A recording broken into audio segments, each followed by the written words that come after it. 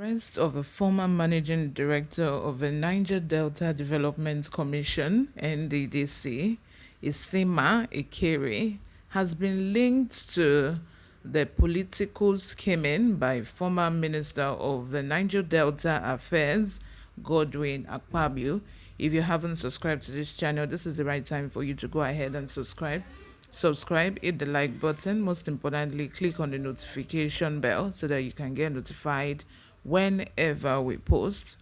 Mr. Ekere was on his way to Uyo, Akwa Ibom State in Nigeria's South region when he received an invitation to report to the Economic and Financial Crimes Commission (EFCC) on Wednesday. The former NDDC boss was said to have promptly changed his travel plans and boarded a flight from Abuja, where he resides, to Lagos to honor the invitation of the anti-graft agency.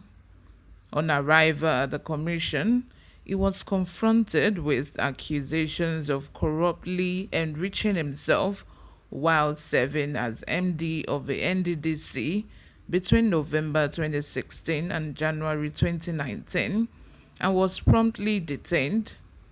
A statement issued by EFCC and posted on its website said Mr. Ekere was being held for alleged diversion of funds to the tune of 47 billion naira through registered contractors of the agency. However, the EFCC released the former managing director of the NDDC, Ekere, on Sunday. A source in the EFCC told reporters on Sunday that Ekere has been released on bail, but the details of the bail conditions were not known as of the time of filing this report. Ekere was arrested on Wednesday for allegedly diverting 47 billion naira through registered contractors of the agency. While details of the alleged funds diversion by the former NDDC are still unknown, the timing of the arrest and the dramatic nature of it points to the high-level political power play in his home state of Akwa Ibom. In Abuja and across Akwa Ibom, the word has been out that President Muhammadu Buhari was considering Mr. Ekere as the replacement to Mr. Akpabio at the Niger Delta Ministry.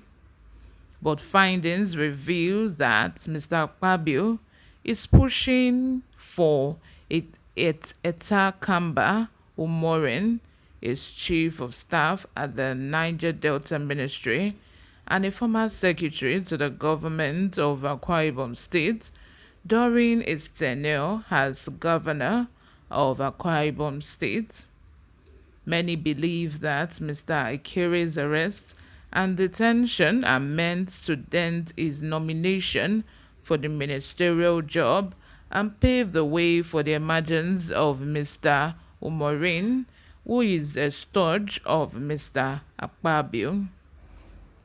The argument hinged on the fact that Mr. Akpabio has been serially indicted for corruption not only in the NDDC but also when he was the governor of Akwa Ibom State. Since 2020, the All Progressive Congress (APC) in Akwa Ibom has been embroiled in fractional crisis, with Akpabio leading one fraction and other leaders like Senator John Akpan, Okon Umana, Don Etiebet, and Mr. Ekere hauled together to wrest control of the party from the former Niger Delta Affairs Minister. While Mr. Akpabio's faction succeeded in using the court and his closeness to the center of power to grab the chairmanship of the party, it has been tough uniting the members and getting them ready for the election. Mr. Ikere, who was APC's governorship candidate at the last election by the party convention, should be the leader of the party in the state. But Mr. Akpabio's faction has contested this position, insisting that the ministry has as the highest ranking political officer from the state is the natural leader. On his part, Mr. Ikere is said to have been making overtures to unite the party, share positions, and integrate all factions into the mainstream, a position Mr. Akpabio and his men are said to be stoutly objected to. Mr. Ikere's and others saying in his support for Vice President Yemi Osibanjo, who is a frontline presidential aspirant in the ruling party and a major obstacle to Mr. Akpabio's ambition to become Nigerian's president on the platform of the APC.